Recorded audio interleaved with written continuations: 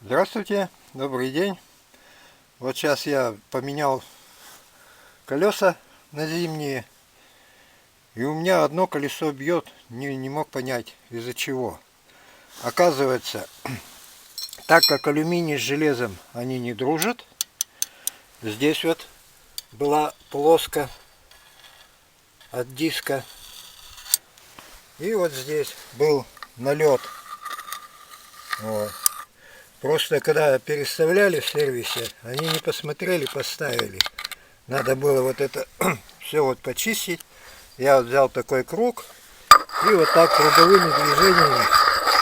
Тут вот наросты были вот здесь, вот где гайки. Вот. И здесь вот тоже была грязь, потому что это, как говорится, диски такие, а там простые были. Вот. Железные. Тут грязь была, вот здесь в этом месте. Все, я почистил здесь курочкой. Вот это место тоже. И все. Поставил.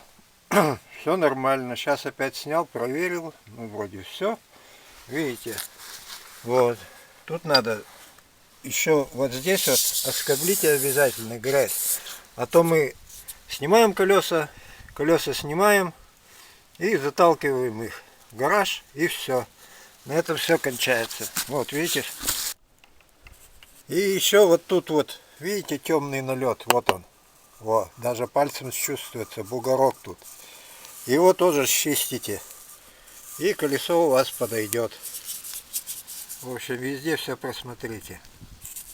Сколько тут грязи. Вот. Как не будет бить колесо.